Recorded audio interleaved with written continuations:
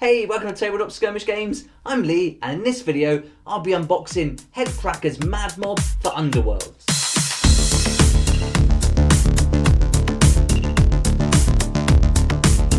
You know it's going to be a good day when the postman drops off a parcel on the day of Warhammer Underworlds release, and this time it's HEDKRAKKAS MADMOB, so let's get it open and check out this awesome set. And in this video we'll go through all the contents of the box, we'll have a look at the cards, the sprues, then I'll build the miniatures, and then once they're built we'll take a close look at some of the cards in particular and their fighter cards and see how we're going to use these in our Underworlds game. I've been really looking forward to HEDKRAKKAS MADMOB, perfect for Underworlds, but also going to be great for Warcry too. Here we go, so here's the box art, straight away looks awesome, and I really love Direchasm and Beastgrave. I think it's so cool, and they've nailed it this season with all the different warbands, but this one looks particularly good. And on the side it tells us it's going to be easy to build, we're going to be able to construct our deck and then battle the rivals. On the other side we just get another image, and then on the back this is the miniature shown in actual size, and this is HEDKRAKKA, Gob of Gork, and this one looks brilliant. It looks just like the Wargog Prophet, but with a snake and a little bit different pose. I think it's really good. But altogether we're going to get 4 fighters, and they're each going to come with a fighter card. We're going to get the primacy card, 32 HEDKRAKKAS MADMOB, and 30 universal upgrade ploy, spell and objective cards. And here are the models here, and they're going to be in this dark green colour. So there we go, there's the box, looking brilliant, but let's open it up and see what's inside. So I think HEDKRAKKAS MADMOB is the making of maybe my favourite warband of this season, but what do you think? Which is your favourite? Which one have you got or looking forward to coming out? I'd love to hear your thoughts, so add them in the comments below. And here we go. So that's the box, and they all come in these nice black trays, and it keeps everything nice and neat, protects the cards as well. Sometimes the sprues can leave little dents in the cards, so you've got to watch out for that. But here we are, so we're going to get 2 of these small sprues, and then at the bottom we'll get all our cards in a neat little pack, and then we can keep the tray if we want to store them again in our box. And so we'll go through, let's have a look at the sprues first, and then we'll take a flick through of all the cards so you can just see the artwork and exactly what's included. And then once we've done that, I'll build these up, and then we can have a look at them built alongside their fighter cards, go through the stats, and then I'll pick out some of my favourite picks from the decks. Right, so here's our sprues, and just like all the Underworld sets, we've got them all ready formed on the bases. So this is really great. You can see on some of them, let's have a look at one at a time. You can see here that the feet are already on there, and so the body goes onto it. So if you did want these to go on other bases, you're kind of out of luck really. It's going to be really hard to get that off. So you almost have to go along with the bases that are included. But I think it's a real asset. You know, you don't have to paint, craft them. It saves you a load of time, and they're often like themed and look good. So yeah, I'm really happy with these. If you wanted to do your own though, yeah, you're not going to with the feet like that. It's going to be really hard to get those off. You could use another Orruk model and cut the feet off maybe and kind of put it together in some fashion, but that's a lot of effort to go to, especially when these are so nice. But just as we've come to expect by now, the details are fantastic. All these kind of furs, the weapons look great. I love the scales that are going on. So right away, I love the look of this. The Archer, great pose, really different from the set you get in the set of regular Age of Sigmar Orruks. So that's really cool. So let's spin it around and have a look at the faces next. And there we go, we've got one there. Really great with all that fur going around. Brilliant expressions. Another one here. So yeah, these are really awesome. And I love this kind of Wolverine looking dude. He's mad. He'd make a great proxy for one of the big guys for sure. And that could be a potential leader or a hero in your warband. But it's the kind of Wargog Prophet that I really like. And this is going to be on this second sprue. And so again, we can see the bases. Yeah, 2 more have got the feet already built in. So it's going to be hard to split those up. But here's the main guy. If we spin it over, you can see how they go together as well. You just put these little pins in. Sometimes I trim these down. And a great tip from someone was to not get glue inside, because these fit so well that if you put glue in there or too much, it can certainly fill up the hole a little bit. So just be careful about that. But I tend to trim them off, and then they get a better seal. And although you don't have to glue these, I always do. So you want to paint them up and get them sealed as tight as possible. But this is looking great. This kind of shield here, was it a mask? I think it might be the mask. Yep, that's looking like the mask. So let's have a close look at that. Have we got it the right way up? Is it this way? Yeah, this way I think. So that's looking good. Really brilliant. Again, more scales, loads of fur. And where's the snake? This guy's going to come with a snake. I haven't seen that one yet. Where is it? So it must be on the actual model itself. Ah, here we go. Here's the snake. So this is going to be the bit that comes around. So really happy with this. And it's going to be really fun to paint. And I want to get these painted pretty quick. So I'm pretty keen to get them ready for battle. More for Warcry, to be fair, than Underworlds. But they're going to be fun to play on Underworlds too. But there we go. There's the sprues. So now let's take a look at the cards next. Here we go. I'm looking forward to seeing the artwork on these. And looking at them online, it just looked really good. But when you see them for real, it's so much better. There's our little instruction book as well. So this is very simple. And we can have a quick look at that too. Really easy to put together. Just straightforward. So push fit. Don't need to glue them, but certainly recommend gluing them and trimming them if you need to. So they're going to be so simple to build. No problem there. And then we've got our cards. You just get this little bit just to help back them up. And then in here, this looks like our fighter cards. We get a primacy card. So we get 4 fighter cards altogether. And then this is like the little bit of background that you get. So this will tell us all about HEDKRAKKAS MADMOB. And then we're going to get our faction rune mark there, or warband rune mark. And so these are going to be the cards specific to HEDKRAKKAS MADMOB. But then we're also going to get this deck here, which will be all the universal cards, so you can use these for any of the warbands in the game as well. So let's have a flick through each of the decks, and then you can have a good look at the names and the artwork and see exactly what's included. So here's the intro to HEDKRAKKAS MADMOB and how they fit into Direchasm. And it says here that all bone splitters carry a spark of the violent god Gorkamorka's wild rage in their cracked minds, and in the Wurgog prophet HEDKRAKKA, the self-proclaimed gob of Gork, this connection is especially strong.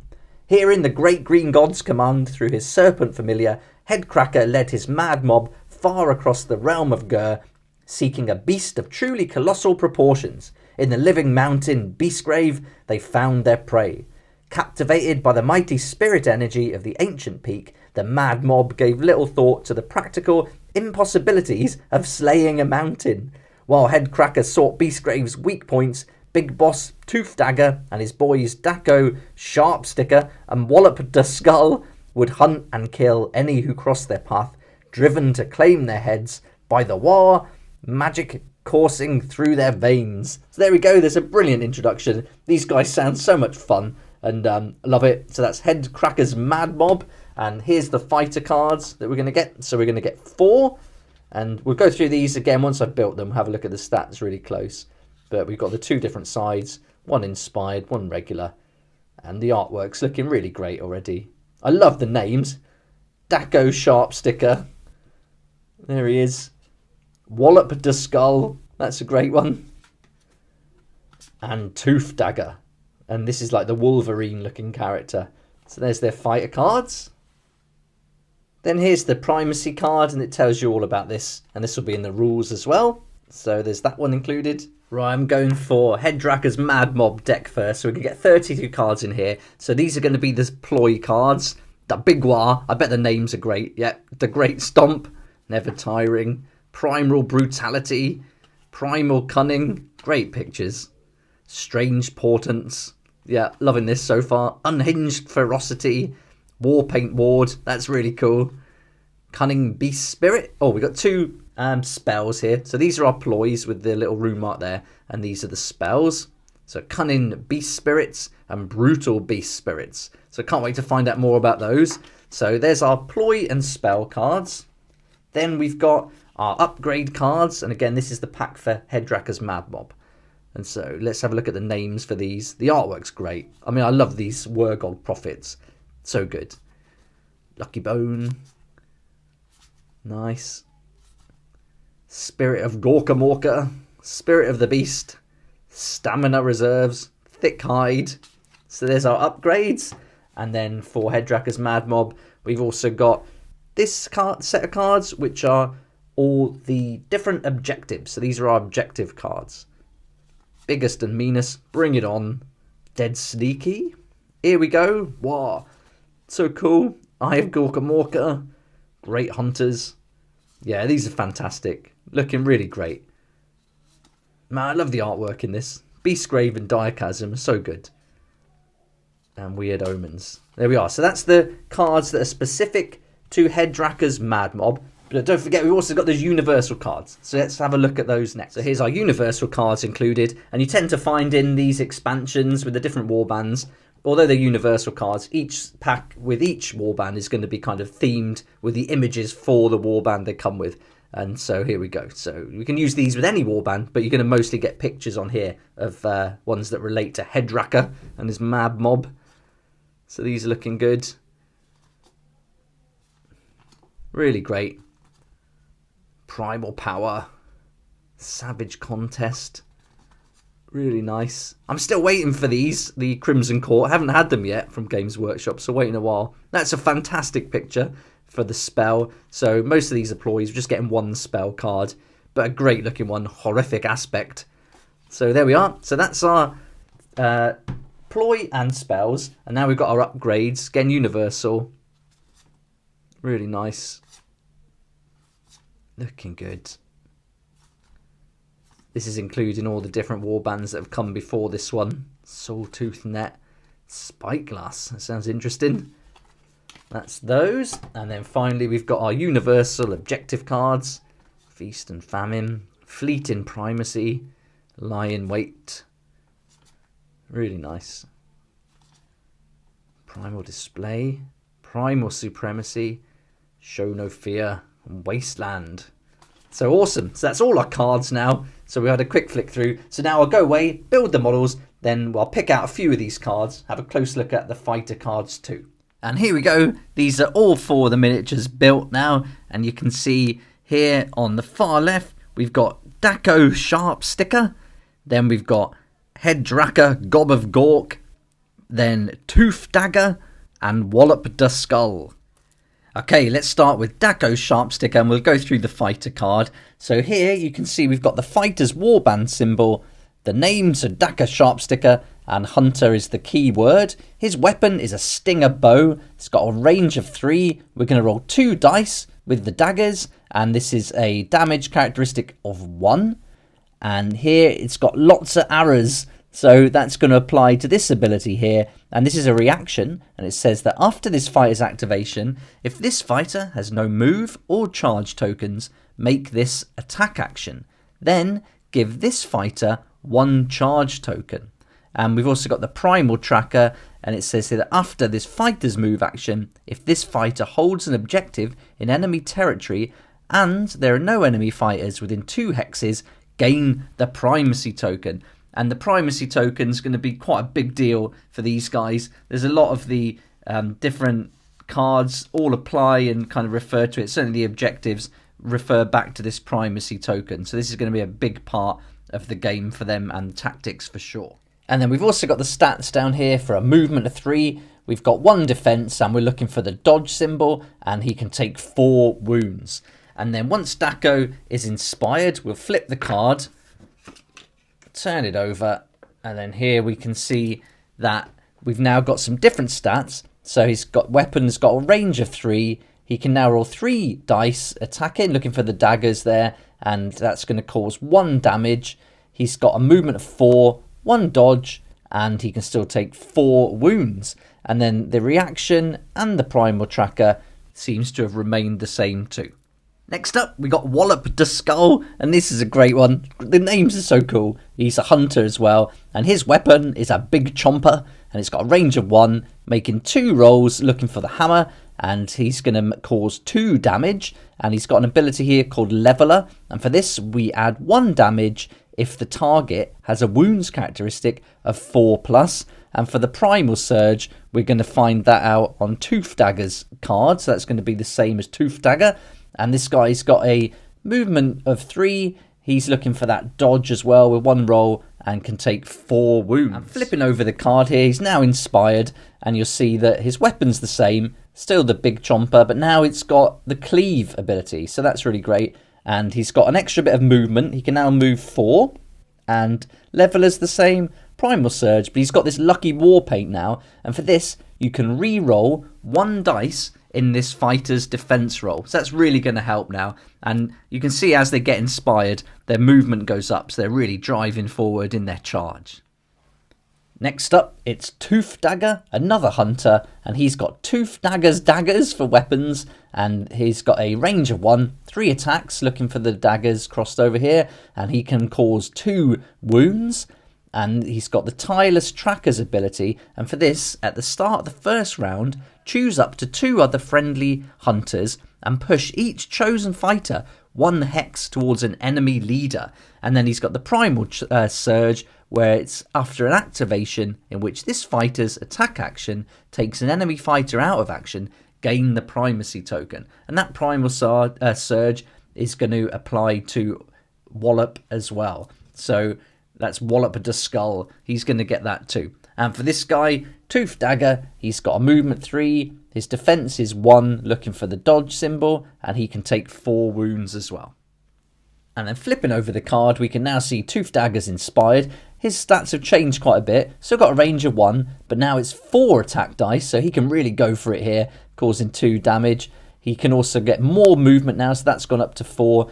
And he can roll 2 dice, 2 defensive dice, still looking for that dodge symbol, and still taking 4 wounds. And it looks like all these have remained the same for his Savage. Oh no, this has changed, so now it's a Savage. On a critical hit, this attack action has +1 damage. So, oh yeah, we can see it here. We've got this Savage now keyword applied to Toof Dagger's daggers. So when he's inspired, he really does get quite a lot. So you want to get this guy inspired as quickly as possible. Okay, and I've saved the best for last. This is Headkracker Gob of Gork. It was close to choose between him and Toof Dagger for my favourite model, but I really like this one. Having that snake as an addition for this Wargog Prophet is really awesome. And so you can see we've got Headkracker Gob of Gork. He's got the crown symbol, so we know the leader, and also the wizard symbol as well. And then we've got the level 2 here.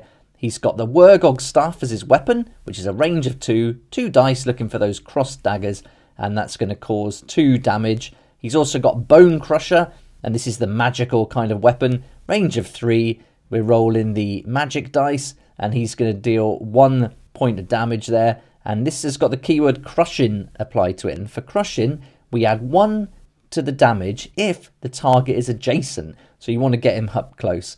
And he's also got this ability, the Primal Portent. When you gain the primacy token, choose 1 friendly fighter. That fighter is inspired. So I guess we'd want to inspire Toof Dagger, because he certainly does get it. But it all depends where your kind of fighters are positioned, I guess. And for Primal Surge, he's going to get the same that we saw on Toof Dagger's fighter card.